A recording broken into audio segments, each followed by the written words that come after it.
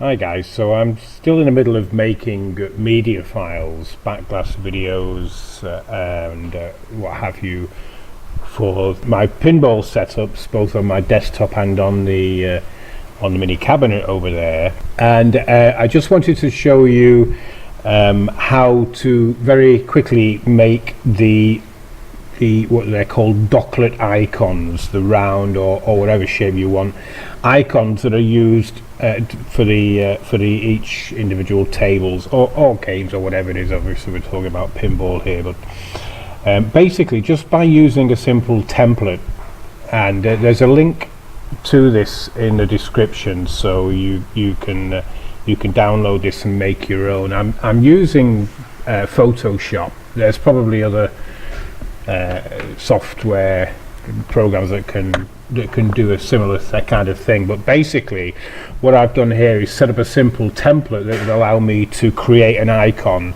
very quickly. So I found, obviously you can Google lots of icons and you'll find them anyway. For many of the tables that are already made, the guys will make some icons, but for some of them, perhaps some of the more obscure ones, you might not be able to find an icon, or you're going to have to create your own. Now you can see here, looking at the template that I've created here in Photoshop, basically is pretty simple. It consists of a ring of some description. Generally they tend to be this particular graphic, although I've seen them on other programs that use a different graphic, and then we overlay or underlay either a picture or a text file or something like that we can show what the icon represents. So in this case I'll just show you here. If you look over here, you can see that generally there's an overlay showing the pinball program, either visual pinball, and there are several. So in my template, what I've got here is I've got the icons. I can switch each one of them on or off depending on which kind of icon I want to reproduce. So a pinball arcade or pinball classic, a generic icon there, future pinball, several different types of future pinball label here, and I'm not taking credit for the graphics on any of these. A lot of people put a lot of work into these, and if you get the opportunity to say thanks to them, then that would be great. But basically, in order to help me make an icon that will go at the front end on PinballX or something and look nice rather than just a text or just a boring looking graphic, then this is the way to go about it. Now we've got all the different texts here. So basically we're looking at a picture we can put inside and a label that we can put here. Now I've done an example, and this is part of the download, the zip file there. If you download it, then you can just have a play with this. If we look at this here, this is a picture of I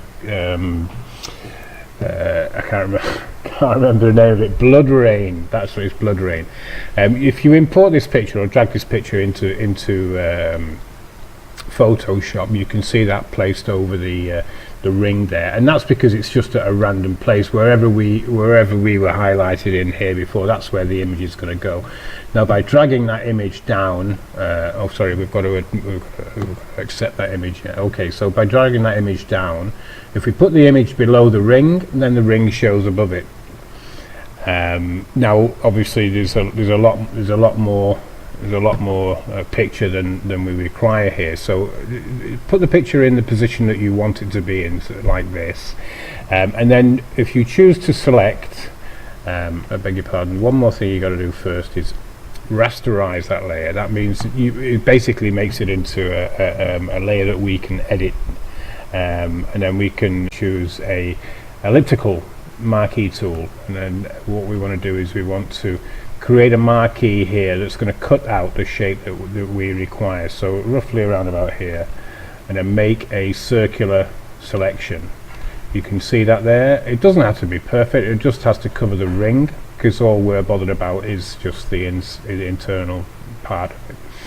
The edge, no matter how imperfect, will be covered by the ring. So by choosing the ring, then go to select, inverse. Now that will select what is outside the ring that we've chosen. Now if you hit delete, then we can delete the rest of the image that we don't want, deselect that, and you can see there that that's looking pretty good already. So now what we want to do is this particular table is like a visual pinball table, so we can choose the icon at the top there that we want, and they're only roughly positioned. These, if you want to move this around, you can just sort of move it around.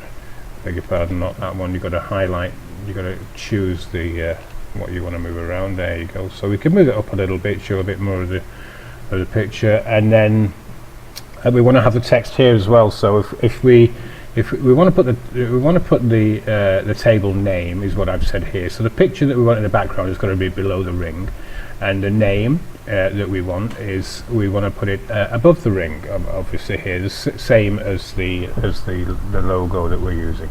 So I've got the text here, and again this text is also part of the zip file, so you can have a little play with that. Okay, so that's accepted the picture there, and then we can might be a little bit on the big side. Transform, okay, scale that. We can just scale that. This particular image is a future pinball table, so we've got a few options here as to which future pinball icon or text that we want to display, and obviously you perhaps want to consider keeping them as a set. So choose the header, if you like, which one you want, and I'm going to choose this one here. I like this one. So basically then is you want to save that as a PNG file. Save that as a PNG. You can see I've already done that here, so yeah. Okay, that's done now, and what we'll do is we'll start PinballX and load this into PinballX and see how that looks. Okay, so I'll start PinballX, and you can see that without the icon that we've just created, this is the result. These are icons, obviously, that are within the folder, and PinballX rightly finds them. But if it doesn't find an icon, then this is what you're going to see. You're going to see this text. So what I'll do is let me exit out of that. I'll copy the blood rain. I'll copy the. I'll show you here. I'll copy the blood rain icon that we've just created. This is named the same as the table. If it's named the same as the table, then it'll be found by PinballX, and it's in the future pinball, PinballX media folder, future pinball, and the wheel image. So copy that into there. Restart PinballX. And all being well, it should find that immediately and display that. There you go, and that's exactly as expected. So as you can see, I've been going through all of my tables here, creating media, pictures, videos, and icons. Icons for some of the obscure ones. Most of the tables there have icons already found, and if you subscribe to some of the forums, Google the little docklets or icons or pinball images or the table names, you're likely to come across a lot of these anyway. So there'll be very few that you'll have to make, but obviously if you want to keep them all looking the same, then this is a very simple way to make them. All you have to do basically is to Google an image that you can use for the background, and an image that you can use for the text. Sorry, it sounds a little bit loud here, but okay, so that's just another quickie. I've got another video coming up soon, and just going to cover everything that we've done so far on the table, including the actual costs, which are a little bit more than $100, but still well within a low budget. Okay guys, so that's it for now.